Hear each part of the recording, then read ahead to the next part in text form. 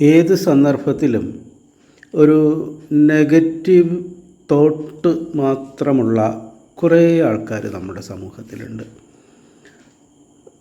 ചില പ്രത്യേക കാര്യങ്ങളെക്കുറിച്ച് എപ്പോഴും അവർ ഒരു നെഗറ്റീവ്സേ പറയുള്ളൂ.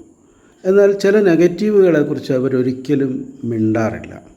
ഇപ്പോൾ ഒരു പാസ്റ്റ് ലൈഫിനെ അല്ലെങ്കിൽ പഴയ കാലത്തെ ചില തിന്മകളെ എടുത്ത് വീണ്ടും വീണ്ടും ഇങ്ങനെ ഈ മുറിവിൽ മുളക് തേക്കുന്ന പോലെ നിരന്തരം എടുത്തിട്ട് തേച്ച് വെളുപ്പിച്ച് കറുപ്പിച്ച് വെറുപ്പിച്ച് ഒക്കെ കാര്യങ്ങൾ നടത്തുന്ന ഒരു കൂട്ടരുണ്ട്.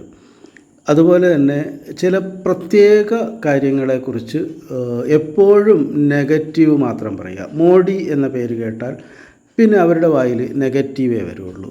അതുപോലെ തന്നെ ഒരു ദേശീയത എന്ന് കേട്ടാൽ അതിനെതിരായിട്ടുള്ള നെഗറ്റിവിസമേ വരുള്ളൂ. ഇങ്ങനെയുള്ള കുറേ ആൾക്കാർ നമ്മുടെ സമൂഹത്തിലുണ്ട്.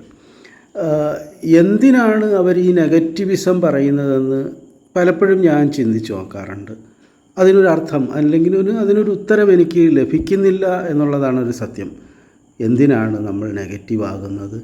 ഈ ലോകം ഒരു വ്യക്തിയെ സംബന്ധിച്ചിടത്തോളം ഈ ലോകം വളരെ ചെറുതാണ്, വളരെ തുച്ഛമാണ്, വളരെ പരിമിതമാണ്. ഈ പരിമിതമായ ജീവിതത്തിൽ ഈ നെഗറ്റിവിസവും അതിൽ നിന്ന് ജനറേറ്റ് ചെയ്യപ്പെടുന്ന വിഷങ്ങളും, നെഗറ്റിവിസത്തിൻ്റെ ഒരു ബൈ പ്രോഡക്റ്റാണ് ഈ സമൂഹ മനസ്സുകളിൽ കലർത്തപ്പെടുന്ന വിഷങ്ങൾ.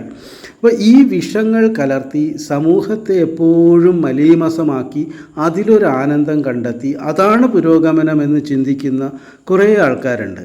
അവരൊക്കെ ഈ ഒരു സംസ്കാരത്തിൽ നിന്നും മാറി ചിന്തിച്ചാൽ ഈ സമൂഹം രക്ഷപ്പെടും എന്നുള്ളതാണ് എൻ്റെ ഒരു നിഗമനം.